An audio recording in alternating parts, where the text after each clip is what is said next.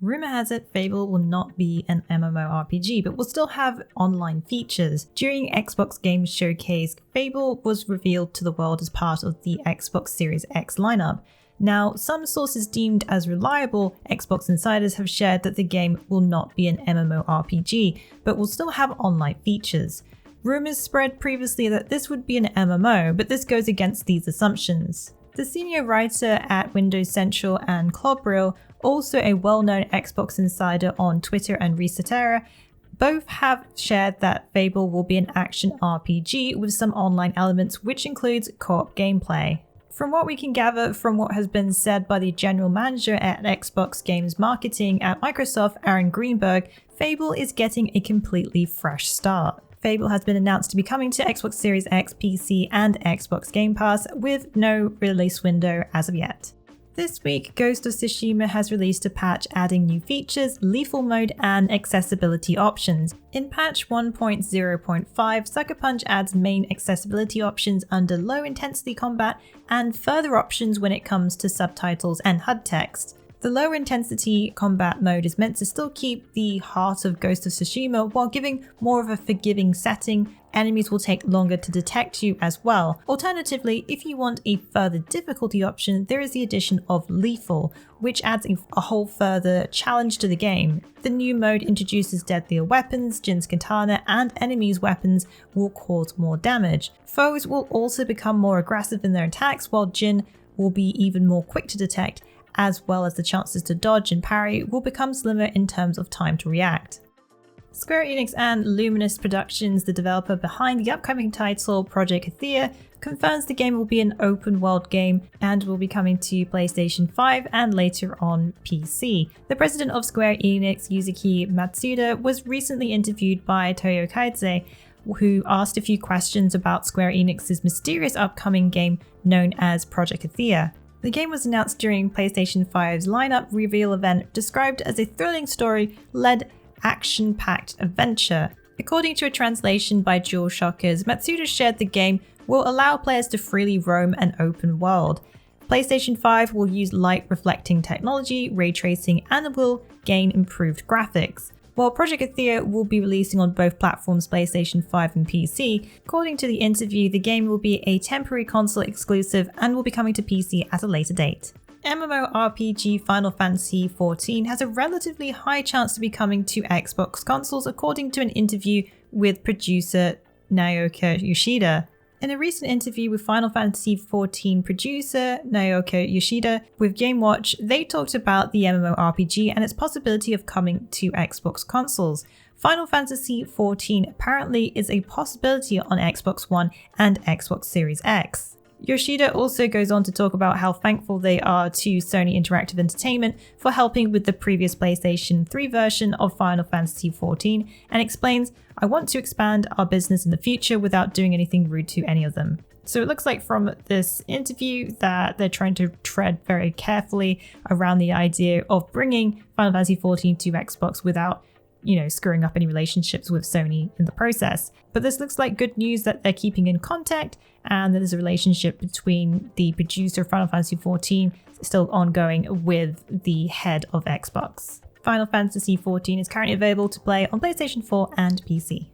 Considered the spiritual successor of the Suikoden series and under the same key creators, a Kickstarter campaign has launched for Eiyuden Chronicles 100 Heroes by Rabbit and Bear Studios. The JRPG has an initial goal of around $500,000, which has already been surpassed. The estimated date for delivery of these pledges looks to be October 2022, according to the campaign page. The project outlines a 6-character battle system which will take 2D sprite art style with 3D background visuals. The story spans a deep narrative with 100 different characters. The goal is for the title to come to PC with additional stretch goals for PlayStation 5 and Xbox Series X, which have already been fulfilled. The gameplay focuses on turn-based combat, an RPG system which allows you to command up to 6 individual units against an army or against a large foe.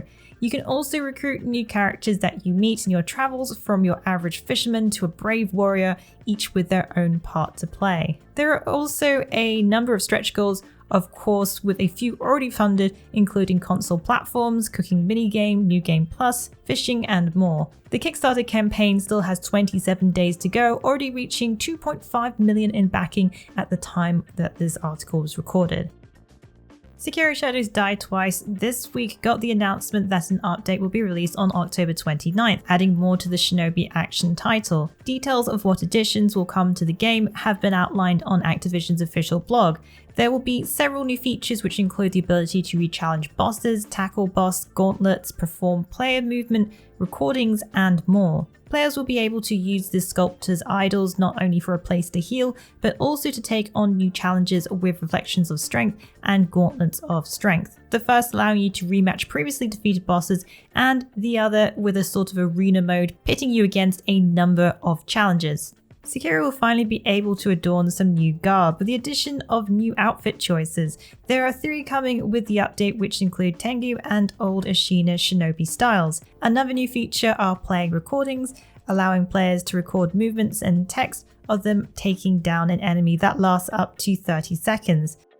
Cryptic Studios, the developer behind the upcoming ARPG Magic Legends, based on the Magic the Gathering universe, have unveiled a new class known as the Sanctifier. The Sanctifier is a magic caster who has long range with the abilities to heal allies while still being able to attack enemies.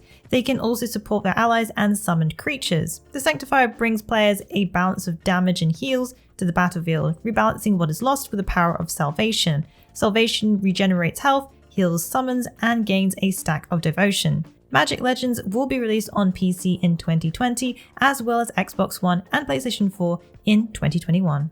Private Division has signed publishing deals with a few indie developers. This includes Ori and the Will of the Wisps developer Moon Studios, who is set to be developing a new action RPG under the new deal. Private Division has also signed publishing agreements with Roll7, the studio behind Oli Oli, and League of Geeks, who developed Armello. Private Division is known for publishing such titles as Obsidian's The Outer Worlds, as well as working with Rockstar and 2K. Developer Moon Studios also commented about the next game, sharing that although working on Ori for the past 10 years has been a fantastic experience for the team, they are looking to aim their sights even higher with a new action RPG. Last December, the developer had posted job listings which mentioned an ARPG with influences from the likes of Diablo, Zelda, and Dark Souls. It looks like this is still going ahead, but now under Private Division as publisher. This week was the release of Nioh 2's update version 1.11, which brings a number of additions, including a new feature called Demon Parade Picture Scroll. When equipped, this will make it possible for you to become even stronger than before. In order to obtain the scroll, you'll need to defeat enemies in missions set in the Dream of the Strong difficulty or above. You can use these scrolls to play Picture Scrolls missions. They can also be obtained from other users in multiplayer mode and by Bloody Graves. There is also the addition of new ninja skills and Omnio magic skills, plus new character creation options. Other additional improved features include increased inventory capacity. Alongside the update is the release of the paid DLC called The Tengu's Disciple. The Tengu's Disciple DLC, which is available for $19.99 with the Nioh 2 Season Pass, or individually for $9.99. The DLC, The Tengu's Disciple, follows the conclusion of Nioh 2's campaign. Players will travel to the new coastal region of Yashima and go back in time to the final years of the Heian period. Expect 10 new challenging missions, new yokai, new weapon type, the split staff, new armor variants, plus new guardian spirit, skills, and ninjutsu abilities. Well, that's it for the week in the wikis. Please join us again next week for yet another great week of gaming. Remember to check out our VIP program for some exclusive supporter benefits. And budding writers should take advantage of our Become an Author initiative. Thanks again for being part of this great community. Keep checking in with us with news, reviews, YouTube streams and vids, and general wiki goodness.